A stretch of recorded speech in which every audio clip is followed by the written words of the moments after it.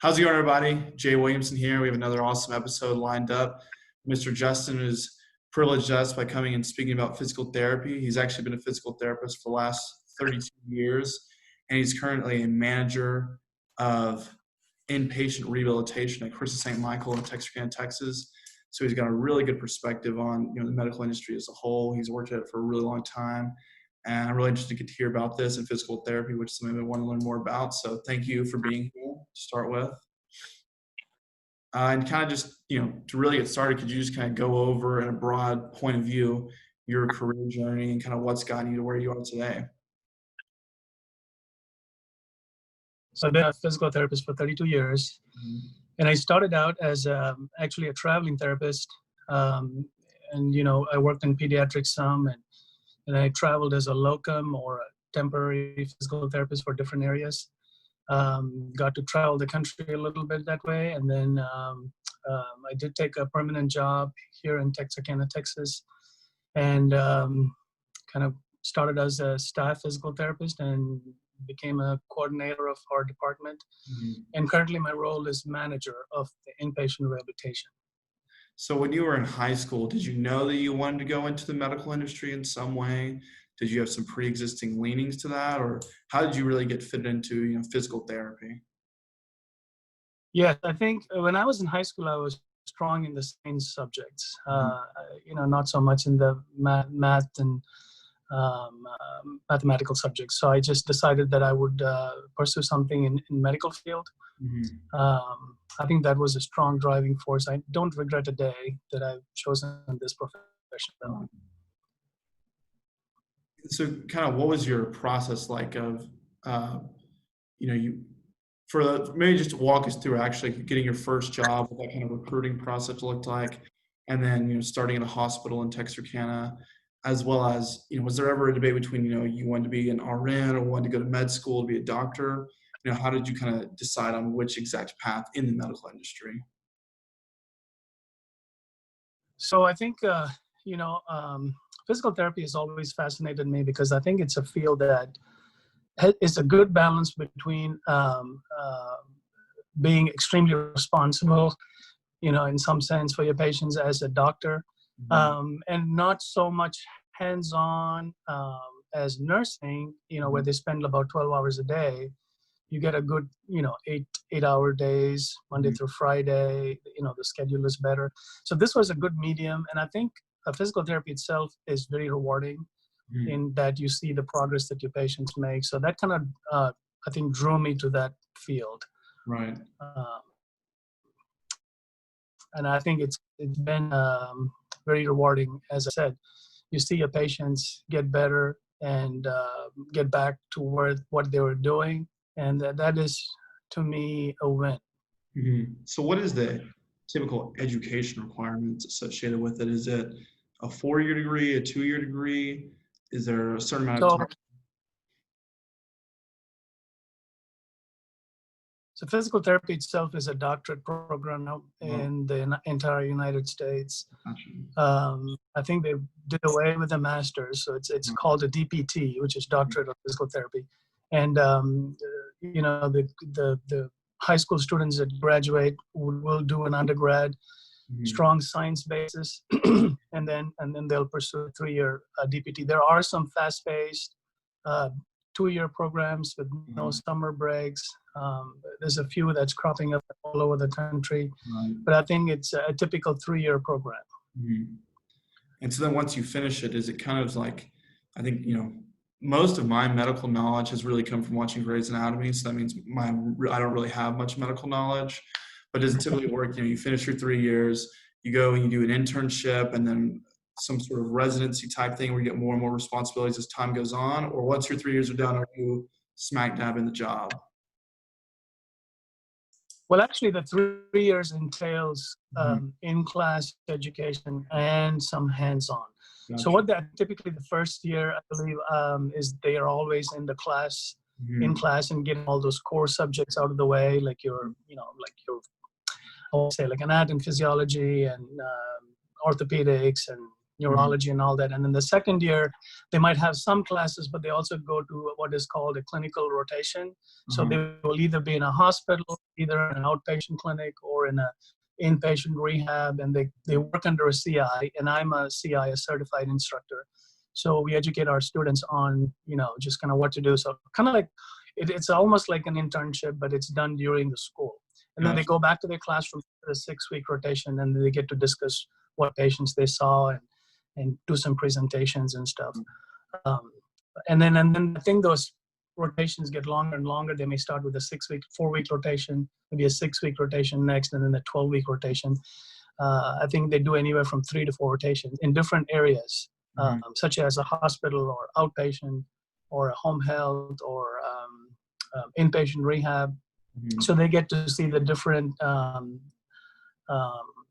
call it a continuum of care, from getting admitted to a hospital, getting discharged, and either going to outpatient or rehab. So they get hands-on in different areas, but better prepares the students to understand the physical therapy field. But after that, there are choices to do a fellowship or certifications, and that's on their own. Usually after the 3 years, they can get a job and start working, but there are a few that actually follow the path of getting a fellowship in like intensive care or orthopedics or whatever they want to do. That's not very often. It's very hard to do that because for students have loans to pay back, so they want a job first. So, but there are very few big hospitals that have those fellowships. But you are a full-fledged physical therapist when you finish that 3-year degree. So in that, when you're going through those rotationals, how do you really determine which area you want to go work in for physical therapy? Is that really determined in your rotationals as you see those different aspects, those different areas? And do you just kind of submit a bunch of applications to the hospitals in your area, or is it kind of expected from those different organizations that, they're going to get a certain amount of students from this area a year? So yeah, I think there is certain requirements that they have to meet. So the one thing that the American Physical Therapy Association requires is that all physical therapy students get 1 hospital rotation. So they have to have that. That's a must. But the other rotations or clinical postings are up to the school and the students. They kind of work it out with each other. So again, as with the new COVID thing coming up, very few hospitals are actually allowing students to come in, and ours is one of the few that allows students to come in. So that is very critical for the physical therapist to get some hands-on experiencing really sick patients and learn about the medical the complexities that goes along with it. So yeah, definitely 1 hospital rotation, and the rest are up to the students and the professors. So were those hospital rotations like in the early springtime, coronavirus first started really getting, mass traction, were all those put on pause, or they try to keep those going for a little bit? Like, was there kind of an online feature added to it? Because it seems really difficult to be able to teach this stuff over online. You need that hands-on experience. You do. And actually, it's put on hold in several hospitals. Even the students that do come into our hospitals, we're not letting them do the isolation rooms. It doesn't matter what isolation, because of the lack of PPE or the protective gears that we have.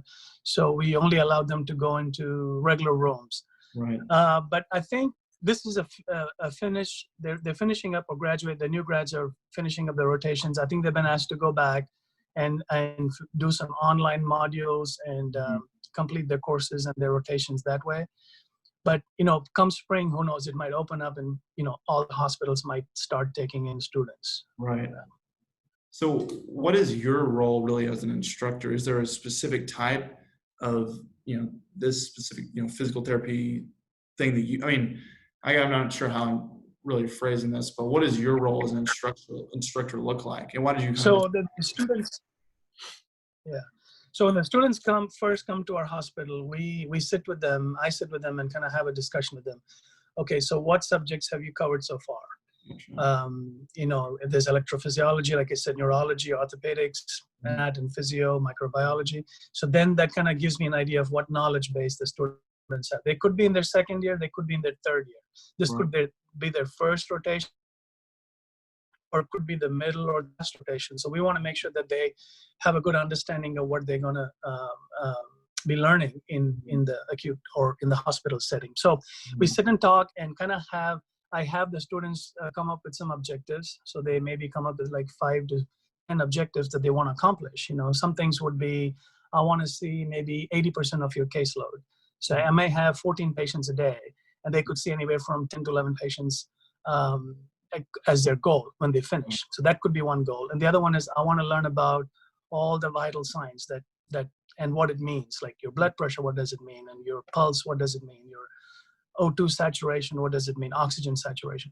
Right. So all these things are only feasible in a hospital setting, more so in a hospital setting. So they drop some objectives, and they may say, I want to work in the intensive care unit with some medically complex patients, because that's a good hands-on experience to treat critically ill patients.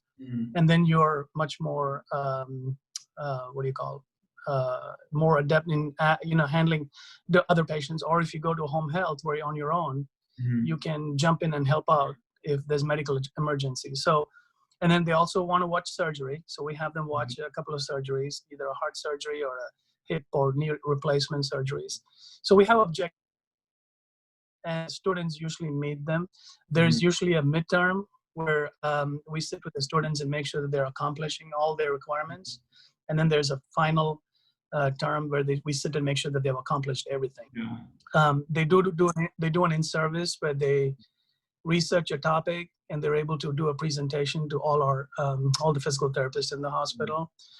And that takes a lot of, I usually let other therapists kind of give their input, what they want to learn. And so the students have access to research journals, so they'll do that. So that's a big piece of what they do. But it's basically to get them to realize that things can change. Critical thinking is extremely important in this field.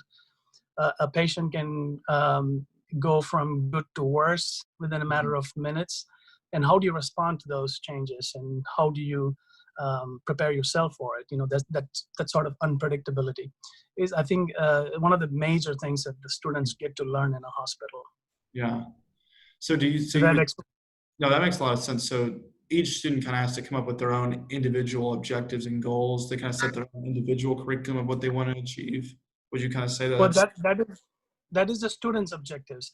But there is also something called a CPI. And the CPI is actually a standardized requirements that the students have to meet.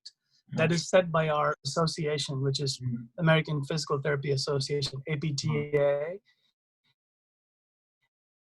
And so they set certain criteria for each accomplish. And so we have to accomplish that as well. For example, have you done gait training? Gait means ambulation. So have you ambulated the patient, and do you know all the different deviations that a patient can walk with? Right. Have you done transfer training? Have you gotten out of bed? And what kind of difficulty was that? So there's some certain criteria that the school requires. But on top of that, the student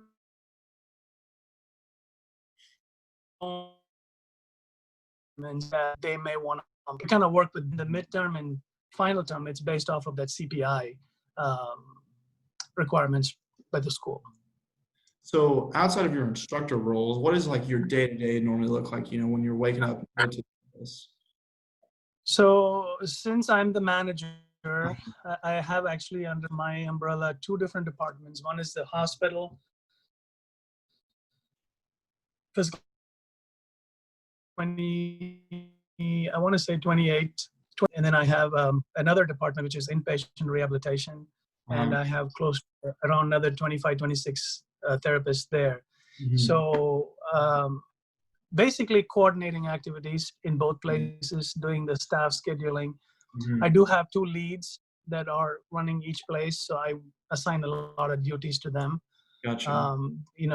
When you come in the morning, we have physician orders that's sitting on the printer. So usually our secretary will get all that sorted out. She'll make a list on the board, and the leads will come in and make sure the board is organized where every therapist gets X number of patients and it's equally distributed. And everybody has a different skill set. So there are some that want to do only ICU or intensive care patients, some that may want to work with orthopedics. So you have those skill sets that we try to accommodate as well. Right. So And then I go into mostly like a lot of meetings. You know, we have a lot of coordination between our teams, nursing teams and respiratory teams, and the changes. And right now with COVID, it's meetings after meetings. Things are Yeah. changing Imagine. every hour. Uh-huh. Yeah, but in a typical day, usually scheduling, making sure I'm like the liaison between, you know, our admin and our staff, Yeah. having staff meetings Hmm. a couple a month. And patient, I do not see a whole lot of patient care on how to put on the PPE and don and off the PPE.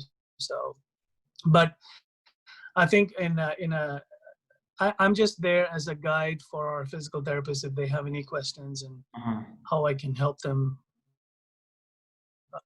And of course, there's situations where they come to me and say, you know, what do I do in this situation? How do I help this patient?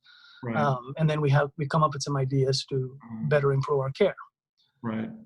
So then for those people who are, just getting started as a physical therapist, obviously I think in the medical industry, it's kind of the sentiment of no day is really the same as the one before it, especially with what's going on now.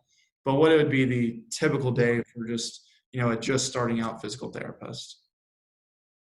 So in a hospital or in a rehab, you know, a typical day, of course, you know, when a new grad comes in, we Uh-huh. always give them ample time to get oriented to the whole process. So it may take anywhere from 3 to 4 weeks. Mm-hmm. So after that, they would have their own patients assigned to them.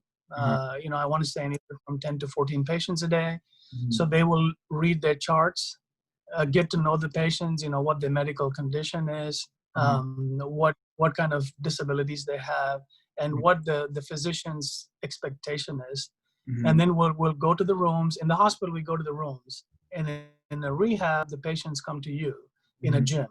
They're transferred to the gym, and we work there. In a hospital, we don't have that luxury, but we go to the patient's rooms, and we actually do the therapy in the patient's room. So they would get them up, and they would, you know, exercise them to, you know, see where their deficits are.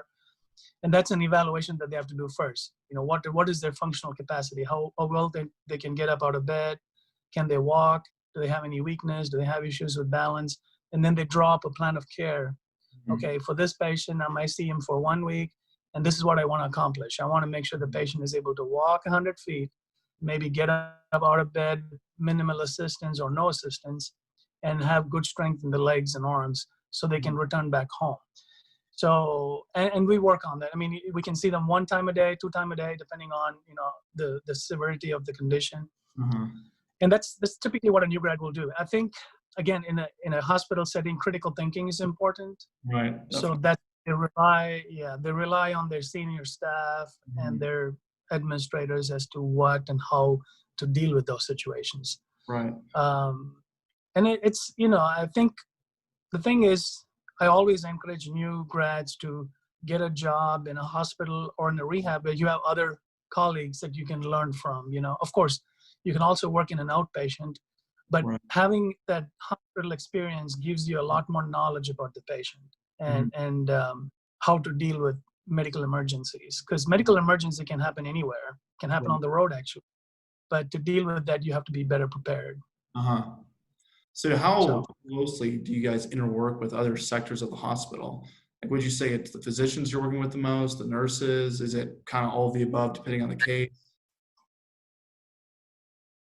So yeah, physicians will happen more home. Responsibility lies on go home, or does he need to be admitted somewhere else? So that's kind of where our role is. So our communication with the physician is very important. We do an assessment. You write down what we want. We might call the physician and say, well, this one definitely needs to go to rehab, or this patient can go home and be safe. Right. That's one part of it. The other side, actually working with the patient itself, we work very closely with the nurses. The nurses, we rely on the nurses for an up-to-date situation, because, you know, their blood pressure might be fine at 7 o'clock in the morning, but at 10 o'clock, their blood pressure might have shot through the roof, Right. shot up through the roof. So then we have to cater our treatment according to that. So we ask the nurses always, how is the patient doing? What are the vital signs saying? And then we look at our notes. We look at their imaging, their labs. We look at their pharmacy, the medications, and then we make a determination to how intensive a therapy we need to give them. We work with respiratory therapists because they kind of adjust the oxygen levels for the patient, and they have what's called a high flow oxygen and ventilators. All these have to be coordinated with the respiratory therapist. And the other person that we coordinate, case managers. Every patient is assigned a case manager, and the case managers make all whatever plan is for that patient for discharge. The case managers make that happen. So they call the pharmacy and get the medications. They call the oxygen company and say, hey, provide them with oxygen. They call the nursing homes and say, hey, we need this patient admitted. So they make it happen. So we're in constant communication with them. So yeah, I think working in a hospital as a physical therapist, you have to have this interpersonal relationship with a whole lot of team members. It's very important. So then what are the major, that kind of tracks to my next point. What are the major differences in when you're working in, between a hospital, outpatient care, like for physical therapists? Are there major different operational stuff that they have to do? I know the interpersonal skills and things you've mentioned, but for those different areas that we've touched on, what does that look like in those major differences? So I'll tell you, I know I told you hospital, everywhere you need critical thinking, wherever you are, but hospital, you work with a lot more other professions, like I said, the nursing and the respiratory and radiation and all that. But when you go into a rehab, it's more therapy focused in a rehab. So you still have to work with nurses. There might be some respiratory issues. There may be some. So that, again, there's a teamwork. You have to do like team conference and talk to the doctors and say, when can we discharge and what the progress is.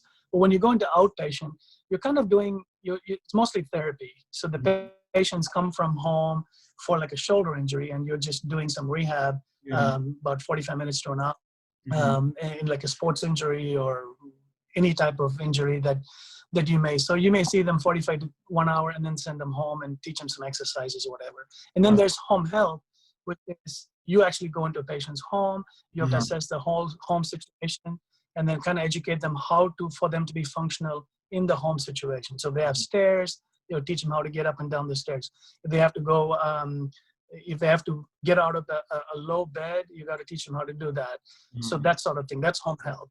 And of course, there's another piece to it, which is pediatrics. You have kids, babies. So there's another piece to it that's wound care, or we do wound care as well as physical therapists, which a lot of people don't know.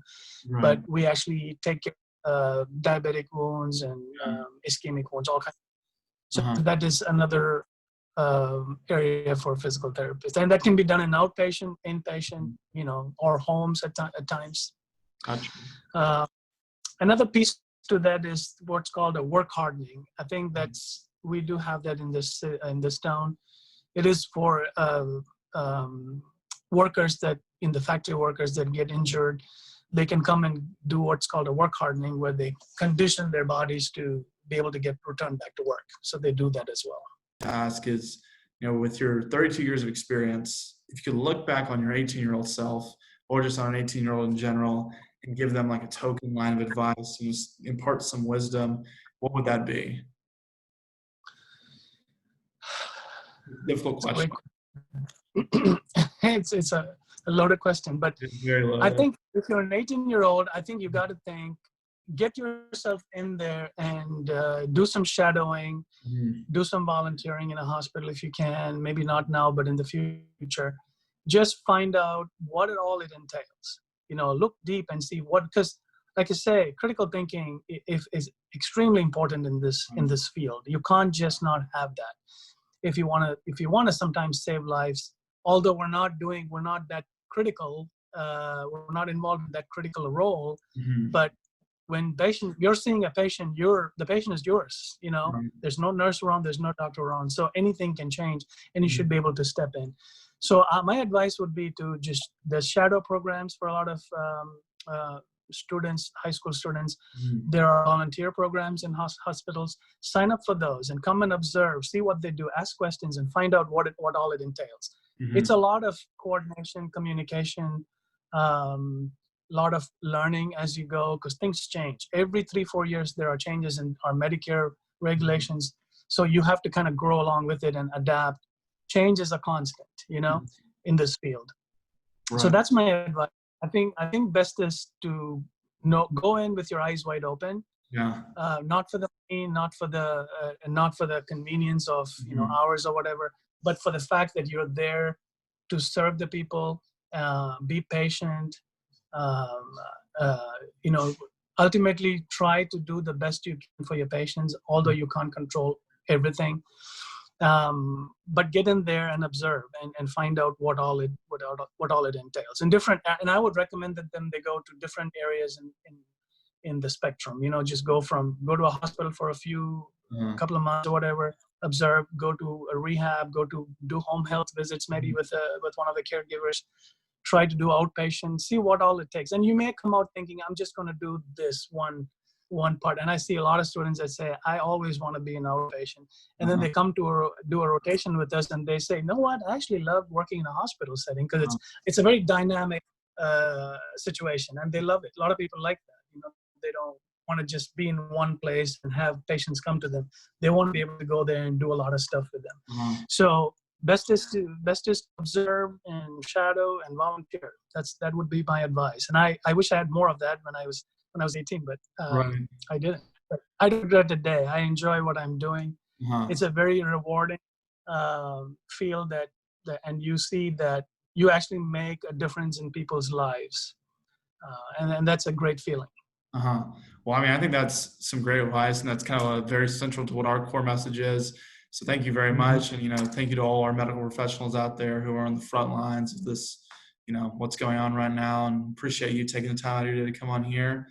To our listeners, we're going to have more stuff coming up, obviously. Thank you to our great guests. Stay tuned for more, guys. You're welcome.